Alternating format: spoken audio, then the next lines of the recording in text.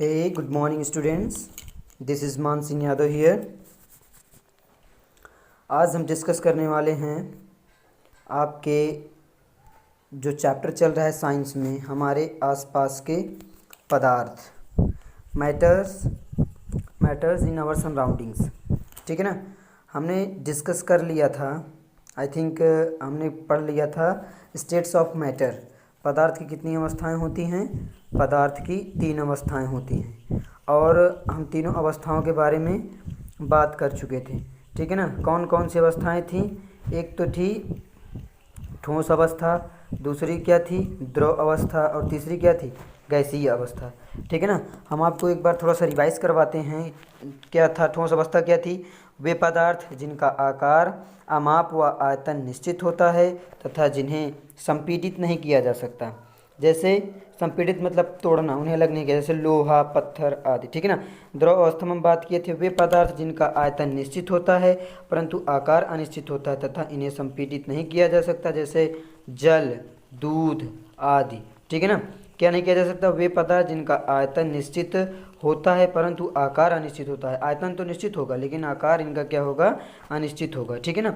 ये जिस बर्तन में रखेंगे उसी बर्तन में रूप ले लेते हैं। ठीक है ना। जिस बर्तन में नहीं रखा जाए तो ये उसी का आकार ले लेते हैं। द्रवों में बहाव होता है और इनका आकार बदलता है, इसलिए ये दृढ़ नहीं लेकिन तरल होते हैं।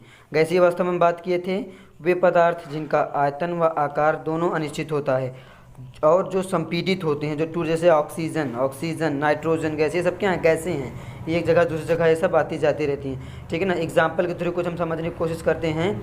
नंबर देखिए, रबर बैंड को क्या माना जाएगा? क्या खींचकर इसका आकार बदला जा सकता है? क्या ये ठोस है? तो इसका आंसर होगा रबर बैंड ठोस है क्योंकि बाह्य बल लगाए जाने पर इसका आकार बदलता है और जब हटा लेने पर यह पुनः अपने मूल आकार में आ जाता है। अत्यधिक बल लगाने पर यह टूट जाता है। ठीक है ना। संपीड़ित नहीं होता है लेकिन वो टूट जाता है। ठीक है ना। देखिए नंबर बी, विभिन्न आकार के बर्तनों में रखने पर चीनी और नमक उन्हीं बर्तनों के आकार ले लेते हैं। क्या ये ठोस हैं? तो उत्तर इसका क्या है? चीनी और नमक ठोस हैं क्योंकि चाहे हम शर्करा, चीनी या नमक को अपने हाथ में लें या किसी प्लेट या जार में रखें, इनके क्रिस्टलों के आकार नहीं बदलते हैं। ठीक है ना स्टूडेंट्स। स्पंज क्या है?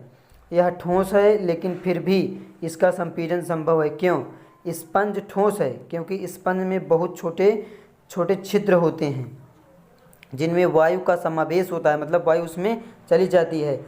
जब हम इसे दबाते हैं तो वे वायु बाहर निकलती हैं जिससे इसका संपीड़न संभव है। ठीक है ना। अब देखिए, हम आपको एक बॉक्स के थ्रू समझाने की कोशिश करते हैं जिसमें ठोस, द्रव व गैस के गुणों में अंतर आपको दर्शाया गया है। ठीक है ना। एक तरफ लिखा है ठोस, दूसरी तरफ लिखा है द्रव, तीसरी तरफ लिखा है गैस। ठीक है ना। देखिए ठोस में क्या होगा कि सबसे बड़ी चीज़ ठोस की इसका अंतर सबसे बड़ा इसमें क्या है? इसमें इनका आकार निश्चित होता है। ठोस का आकार क्या होता है? निश्चित होता है। और द्रव की जब बात की जाए तो द्रव में क्या होगा? इनका आकार निश्चित नहीं होता है। ठीक है ना। लेकिन अगर गैस की बात की जाए तो इनका आकार निश्चित नहीं होता है। मतलब द्रव और गैस के आकार क्या होते हैं? निश्चित नहीं होते हैं, लेकिन ठोस के आकार निश्चित होते हैं। ठीक है ना। फिर नंबर दूसरा पॉइंट देखिए, ठोस में इनका आयतन निश्चित होता है। ठीक है ना। इनका आयतन क्या होता है? निश्चित होता है। द्रव में क्या होता है? द्रव का भी आयतन निश्चित होता है, लेकिन गैस में इनका आयतन अनिश्चित होता है। ठीक है ना। मतलब इनका आयतन निश्चित नहीं होता है। फिर देखिए नंबर थर्ड पॉइंट, इसका घनत्व अधिक होता है, मतलब इसकी डेंसिटी जो होती है वो सबसे ज़्यादा होती है। ठीक है ना। और द्रव में क्या होता है? इसका घनत्व गैसों से अधिक होता है लेकिन ठोसों से कम होता है। मतलब गैसों से अधिक होता है लेकिन ठोसों से कम होता है। और गैस में इनका घनत्व बहुत कम होता है। ठीक है ना।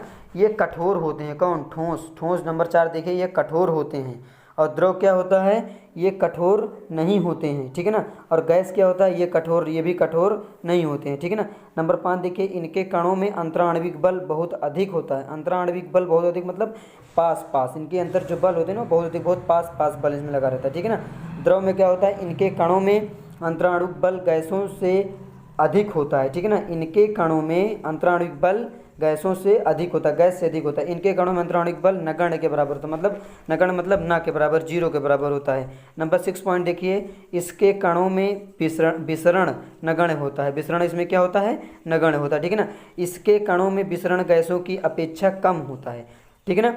और गैस में क्या होता है, इनके कणों में विसरण बहुत अधिक होता है, ठीक है ना। विसरण मतलब बहाव एक बोलते हैं, ठीक है ना। फिर देखिए नंबर 7, इन्हें संपीडित नहीं किया जा सकता। गैस को संपीडित नहीं किया जा सकता है। द्रव क्या होता है, इन्हें संपीडित, द्रव को भी संपीडित नहीं किया जा सकता। गैस को इन्हें संपीडित किया जा सकता, गैस को हम संपीडित कर सकते हैं, ठीक है ना। नंबर 9 देखिए, इसके कणों में बहुत कम गतिज ऊर्जा होती है, ठीक है ना। इसके कण क्या होते हैं, बहुत कम गतिशील होते हैं, किसके, ठोस के। लेकिन द्रव के, इनके कणों में कुछ गतिज ऊर्जा होती है, कुछ मतलब थोड़ा बहुत क्या करते हैं, इनके कण गति करते रहते हैं। लेकिन गैस में क्या होता है, इनके कणों में बहुत अधिक गतिज ऊर्जा होती है, ठीक है स्टूडेंट्स। आप कम से कम 2 से 3 बार इनको रिवाइज करिए, तब आपको सब एक एक चीज़ें जाकर समझ में आएंगी। कुछ क्वेश्चन के थ्रू हम समझने की कोशिश करते हैं। क्वेश्चन हमारा क्या है, देखिए नंबर फर्स्ट क्वेश्चन बनता है, किसी तत्व के द्रव्यमान प्रति इकाई आयतन को घनत्व कहते हैं, ठीक है ना। घनत्व द्रव्यमान बटे आयतन, घनत्व बराबर क्या होता है, द्रव्यमान बटे आयतन, मतलब बढ़ते हुए घनत्व के क्रम में निम्नलिखित को व्यवस्थित करें। देखिए इसमें कुछ दिया गया है, वायु दी गई है, चिमनी का धुआं दिया गया है, शहद दिया गया है, जल दिया गया है, चाक है, रुई है और लोहा है। इनको क्या करना है, इनको क्या करना, बढ़ते हुए घनत्व के क्रम में लिखना है। उपरोक्त तत्वों को घनत्व के बढ़ने के साथ आरोही क्रम में निम्नलिखित क्रम में लिखा जा सकता है। आरोही मतलब क्या होता है, छोटे से बड़े की ओर। पहले चिमनी का धुआं, फिर वायु, फिर क्या होती है, रुई, फिर जल, फिर शहद, फिर चाक, फिर लोहा। जब देखिए बात क्या होती है, घनत्व किसे कहते हैं, तो घनत्व कहते हैं